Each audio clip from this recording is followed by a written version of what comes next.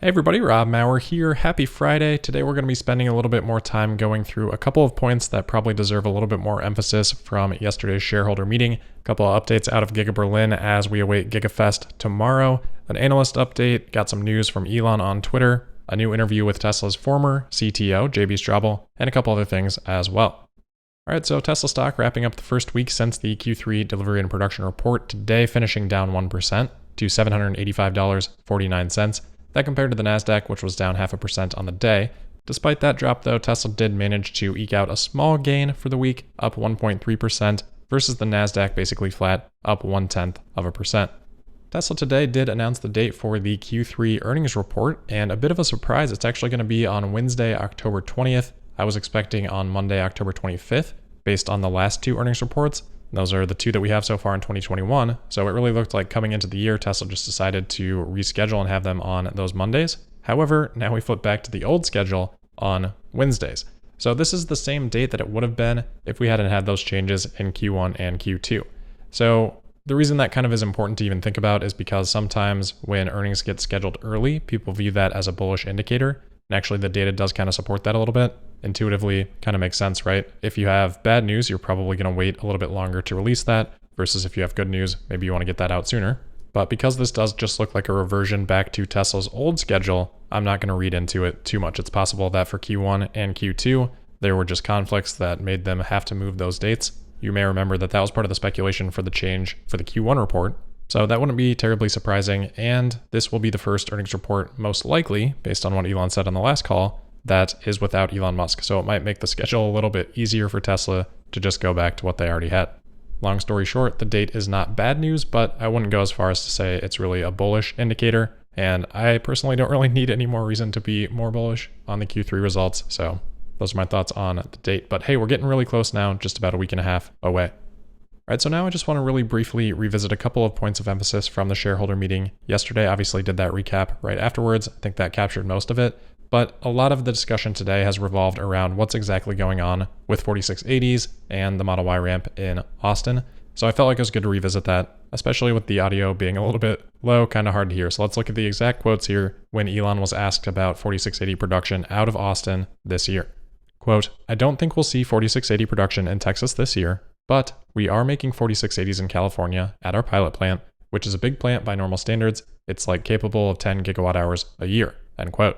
He then continued, quote, "Basically, that factory will be able to make more than enough cells for Giga Texas to scale production of Model Y," end quote. Finally then, referencing vehicle production, he said, quote, "We'll start production this year, and I'm confident we'll deliver some cars from Giga Texas this year, Model Ys, but we won't reach high volume production until probably the end of next year. But then I also expect we will reach high volume production of the 4680 cell here in Giga Texas next year as well," end quote. All right, so within all of that, a couple of things to unpack. First, the pilot plant in California, 10 gigawatt hours per year. That's been known for a long time now. What we don't know, and I don't think this gives us any new information on, is what the actual current production rate is. What Elon does give us, a little bit vaguely, is that it should be enough to scale production of the Model Y, which he says will start this year, then high volume production end of next year, and also high volume production of the 4680 cell next year as well. So the big debate today is, does this mean that Giga Texas is going to start with 4680s for the Model Y?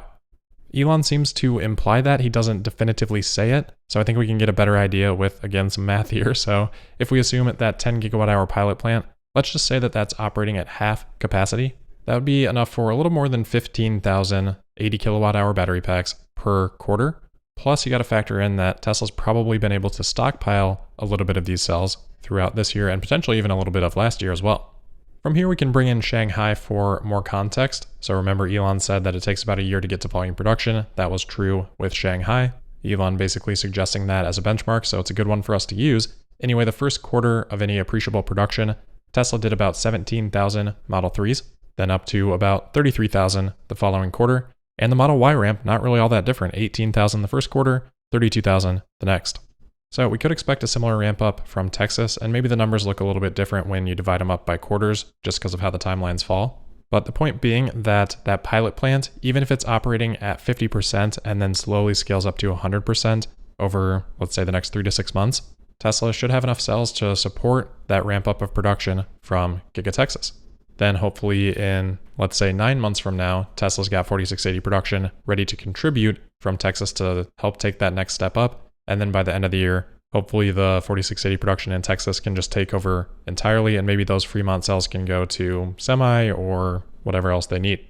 So anyway, long way of saying that, again, it's not definitive, but my take is that Tesla is planning on starting with 4680s right off the bat there in Texas. And what's super exciting about that is that Elon did definitively say, well, not definitively, but said that he is confident that they'll deliver some cars from Texas this year. Now, maybe those end up being just employee deliveries, but there's a decent chance then that we could see some 4680s rolling around in customer vehicles in the next 3 months. Now, that math all fits well for Texas, but then that leaves Giga Berlin out. So Tesla may end up ramping 2170s from Giga Berlin, or maybe we see the ramp for both go a little bit slower and then just split the limited capacity from the pilot plant between the two. My guess right now is 2170s at the start from Berlin, but hopefully switching over pretty quickly to 4680s as well. All right, the other point that I wanted to reemphasize, and I haven't really seen much discussion on this today, is something that Elon said when he was responding to the question about the solar roof, and he said that they have a campaign planned. Now, he didn't say ad campaign, and I think that was intentional because it probably would have caught a little bit more attention, but after he said that, he explained it by saying, quote, "I think we'll just get people actively asking in new home developments, well, does it have a solar roof and a power wall?" End quote. I think it's difficult to find a different interpretation of that series of comments from Elon than an ad campaign. So very interesting. This has obviously been a topic of heated debate in the Tesla community for many years, and we may be finally on the cusp of seeing an ad actually happen. Tesla's kind of already gone a little bit in that direction in terms of China. They've been producing a lot of informative videos there, and if and when they do some sort of campaign for the solar roof, I would expect something similar, which I actually think is really good. If Tesla can actually produce these things now in enough volume, then yeah, go ahead and advertise it. Let people know that this exists, because there are certainly a lot of people that don't even have that awareness right now. And we've already seen maybe a hint of this because Tesla, as we talked about, pretty much eliminated the referral program. The only thing that remains with referral awards is the solar roof. So we'll see what happens there. Anyway, let's shift back here for a second to Giga Berlin, a couple of updates there. First, just a price change. It looks like Tesla has kind of followed suit with what they did here in the United States, at least on the Standard Range Plus Model 3. Drive Tesla Canada reporting that Tesla's raised the base price on that Standard Range Plus, €2,000 up to $41,990. Tesla also bumped up the long-range Model Y in Canada by $1,000 Canadian dollars. Anyway, back to Berlin. As I mentioned, Tesla is preparing for GigaFest, so we're starting to see some clips come out on Twitter of these preparations. Looks like Tesla's got some Tesla coils set up. They've got a stage, a lot of flashing lights here. Elon definitely trying to capture that spirit of the rave cave idea. Looks very reminiscent of the Cybertruck event. So it looks like it should be a really exciting time for those that are able to attend. We'll look forward to some reports from that over the weekend. Next here, just a quick item on Tesla. So Jed Dorsheimer of Canaccord Genuity has reiterated a buy rating and raised his price target on Tesla from $768 to $940, which, while an increase, is actually still below their previous price target this year. In April, it was just below $1,100. Next here, a couple of wider updates. The first is related to a tweet on SpaceX reaching a $100 billion valuation. Somebody replying to that saying, "We need X Inc., Elon Musk," and Elon did actually like that tweet.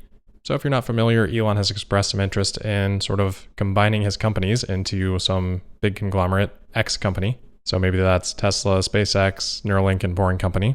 So liking this tweet kind of brings all that up again. We've talked about it, so I don't think it's worth spending a ton of time on right now or worrying about how a deal like that could even be structured. There are probably a lot of different ways. I think it'd be a net positive to Tesla investors, not so sure on the other side of things. But one thing I've been thinking about is I'm not sure if it would be the best for the image. I think Tesla's already having a problem, and this problem is only going to accelerate, of being targeted due to high valuation, due to Elon Musk's net worth. And if you fold in other companies, I feel like that might exacerbate those types of problems. So not really a fully formed thought, and doesn't mean I would be against something like that necessarily, just kind of putting it out there as this topic is on the docket. We do actually have a bit of news on the Boring Company as well. So we know that Fort Lauderdale, Florida, and Elon Musk have been having some conversations about a potential boring tunnel in Fort Lauderdale. The local ABC station is reporting that the Fort Lauderdale City Commission held their first vote on this matter earlier this week, and that the vote did pass 4-1, so now more specific planning can begin. Fort Lauderdale's mayor said, quote, "The next step is to accept the proposal and to now negotiate an agreement, which we can now move forward to talk about the terms, the conditions, financing, and the technological aspects moving forward as they continue to examine the underground infrastructure and how they're best going to be able to proceed with the project." End quote. So sounds like some good progress there. And then lastly for today, just kind of a heads up that if you're interested, JB Straubel, Tesla's former CTO, was recently on This Week in Startups with Jason Calacanis for nearly an hour-long interview talking about kind of the early days of the Model S, the development there, when batteries were $1,000 per kilowatt hour, or at least in that ballpark. And then, of course, they talked about redwood materials and really what they're trying to do there with recycling. JB noting that today, 90% of consumer electronics batteries are not being recycled. So a lot of opportunity there. And as Elon noted in the shareholder meeting yesterday, probably a good idea to think of batteries as essentially being ore. And when you kind of think of it that way, it starts to make sense of how recycling could be a lot easier than mining new raw materials. JB also noted the long lead time in setting up a mine. I think he said like 8 years. So we've got all these EV targets out there from automakers now, but that is reliant on the supply chain keeping up. That should be something that automakers are thinking about. Certainly that's something that Tesla would be thinking about, but maybe not. So it'll be interesting to see how that plays out as well. Anyway, it's a good interview. If you want to check it out, I will put the link to that in the description with the timestamp because it does start a bit of the way into the episode. So that's pretty much it for today. But of course, a reminder that we are supposed to see FSD Beta 10.2 drop tonight. So as soon as I can get a video out with that, I'll do that. We'll see if there's any noticeable differences, any changes in the release notes. And of course, we should now get the beginning of the FSD Beta rollout, hopefully going out to about 1,000 people tonight. So I'm sure we've got more than a handful of listeners in that group and hopefully a lot more to come very soon. So just a reminder, be careful, but I'm sure you all will. So as always, thank you for listening. Make sure you're subscribed and signed up for notifications. You can also find me on Twitter at Tesla Podcast, and hopefully see you at some point early tomorrow morning. We'll see, for an FSD Beta video, but otherwise, have a great weekend. Thank you.